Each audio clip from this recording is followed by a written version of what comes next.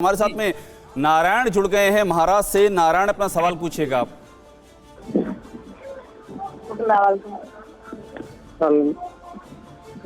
Hello sir. हाँ नारायण, पूछिए आप, मैं सुन रहा हूँ।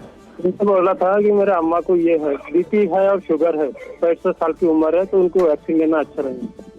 डॉक्टर अनिल, ये देखिए जो सवाल है इनका, मैं इसीलिए बार बार कह रहा हूँ कि ये जो सवाल आ रहे हैं एक व्यक्ति पूछ रहा है, लेकिन आप सोचिए कितनी बड़ी आबादी के जहन में इस तरह के सवाल होंगे।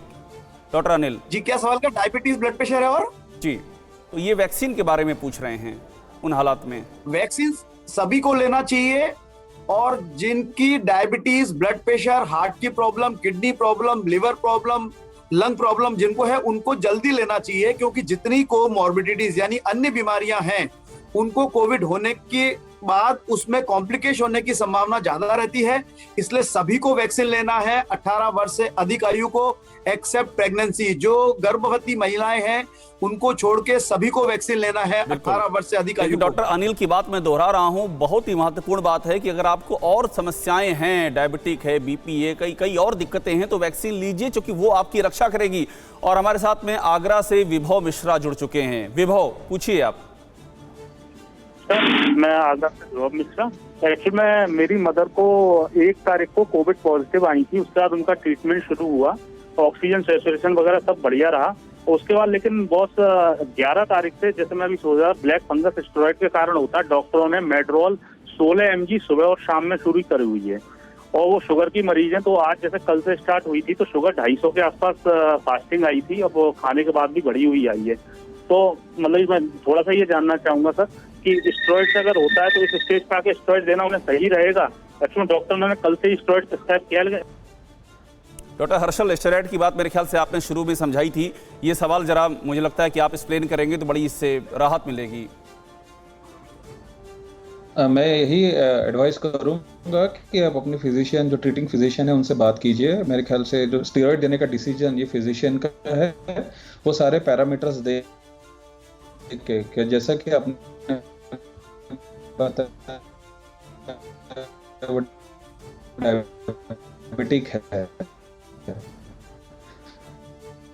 तो अनकंट्रोल लग रहा है, जिस तरह की वैल्यूज आपने बताई हैं फास्टिंग शुगर की, तो ये फाइंडिंग्स अपने फिजिशियन से डिस्कस कीजिए। अगर उनका सैचुरेशन डिटेरियोरेट नहीं कर रहा है तो स्टेरॉइड की जरूरत मेरे ख्याल से नहीं होनी चाहिए। लेकिन मेरा यही सुझाव है, अपने फिजिशियन से इसको डिस्कस कीजिए, उनका डायबिटिक स्टेटस डिस्कस कीजिए।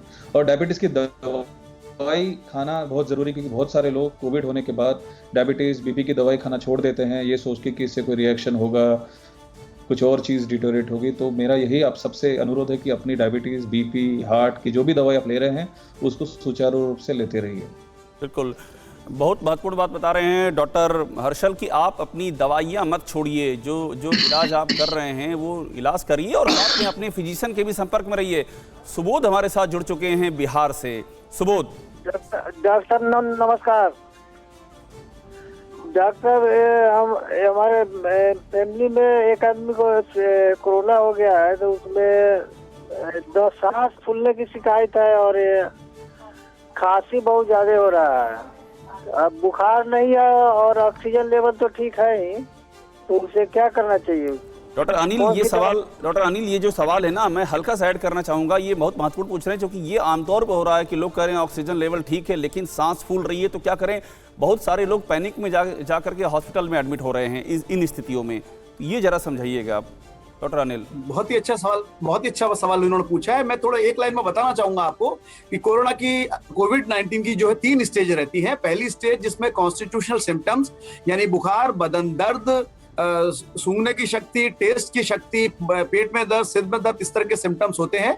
ये शुरुआती 5-6 दिन तक रहते हैं। उसके बाद 2A 2B निमोनिया की स्टेज है। 2A में हल्का निमोनिया होता है, खांसी, ड्राई कफ खासतौर पे, और सांस की तकलीफ होती है। फिर उसके बाद या तो सीवियर निमोनिया होता है, और फिर उसके बाद और आगे जाके 3rd स्टेज में उनको साइटोकाइन स्टॉर्म के मल्टी सिस्टम इन्वॉल्वमेंट हो जाता है, यानी हार्ट अटैक आ गया, ब्रेन पैरालिसिस हो गया, किडनी फेल हो गया, एब्सेस हो गया, या वो रिकवर कर जाते हैं। तो हर पेशेंट का अलग अलग है। जैसे कुछ लोगों को कुछ सिम्टम्स ही नहीं होते, सडन हाइपोक्सिया हो जाता है जिसको हम हैप्पी हाइपोक्सिया बोलते हैं। तो हर पेशेंट को अलग अलग है, लेकिन ये पक्की बात है कि इनको निमोनिया है। अब वो सैचुरेशन कितना है इस बात पे डिपेंड करेगा कि आगे ऑक्सीजन देना है कि नहीं देना है। होगा तो जरूरत होगी तो उनके डॉक्टर उनके एक्सरे और अगर आगे जरूरत लगे तो सीटी स्कैन करके स्कोरिंग कर सकते हैं कि 8 से कम है तो माइल्ड है, 8 से 17 तो मॉडरेट है। बिल्कुल। तो 17 से देखिए ऊपर है ध्यान तो सीवियर है। डॉक्टर अनिल जो बता रहे हैं कि वो ये है कि आप जरूरी परीक्षण कराइए और तुरंत अपने फिजिशियन को दिखाइए, उनका कंसल्टेशन बहुत जरूरी है, जिनको आप जो आपके जानकार हैं जिनसे आप इलाज करा रहे हैं। अड़ी सोमवार से शुक्रवार शाम 6 बजे सिर्फ TV9 भारतवर्ष पर।